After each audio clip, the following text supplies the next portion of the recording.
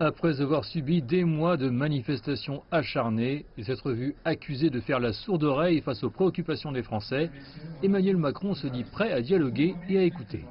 S'il y a des questions intelligentes, des sujets que je n'ai pas vus qui émergent, ils seront aussi pris. Il ne doit pas y avoir de tabou au moment où on se parle.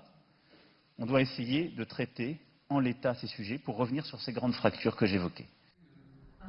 Le président français lui-même a accueilli une demi-douzaine de débats, répondant aux questions 5 à 6 heures d'affilée par discussion.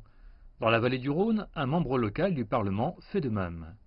Mais quand Jean-Luc Fugit, le membre du Parlement local pro-Macron, se rend dans la salle de débat, les gilets jaunes l'attendent de pied ferme.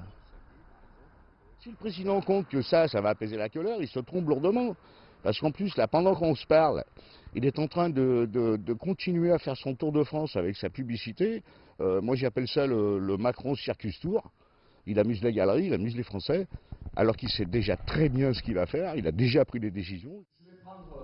Mettant de côté leur cynisme, les gilets jaunes locaux ont pris part aux discussions, demandant la suppression des réductions d'impôts pour les grandes entreprises, ainsi que celle de l'impôt à la consommation sur les biens courants. Une idée populaire, mais les locaux ont veillé à ce que les gilets jaunes ne soient pas les seuls à prendre la parole. Je pense que la frustration des gens et des gilets jaunes vient surtout des impôts et de l'économie. C'est le premier problème qui sera à régler.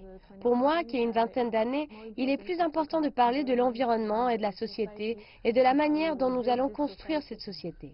Je pense que nous devons considérer les deux sujets pour résoudre la crise des gilets jaunes et trouver une vraie solution pour le futur.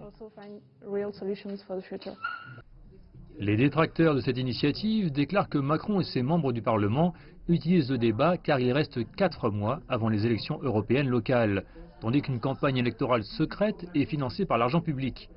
Jean-Luc Fugit déclare qu'il n'en est rien. Donc on ne l'aurait pas fait, nous serions critiqués. Nous le faisons, nous sommes critiqués. Vous savez, moi je vais continuer à agir avec sincérité, avec détermination. Mais ce grand débat, on va le poursuivre parce que ce grand débat, je pense qu'il est extrêmement important pour que chacun vienne s'exprimer. Il ne s'agit pas de faire une campagne électorale. Vous allez voir ce soir que je vais très peu m'exprimer. L'idée, c'est d'écouter les Français. Le débat permet à Macron de suspendre des décisions politiques controversées pendant 2 mois, tout en faisant le tour du pays. Certains médias disent qu'il envisage maintenant de soumettre certaines des propositions du grand débat à un référendum, en espérant l'emporter sur les dubitatifs, en donnant aux électeurs français le dernier mot.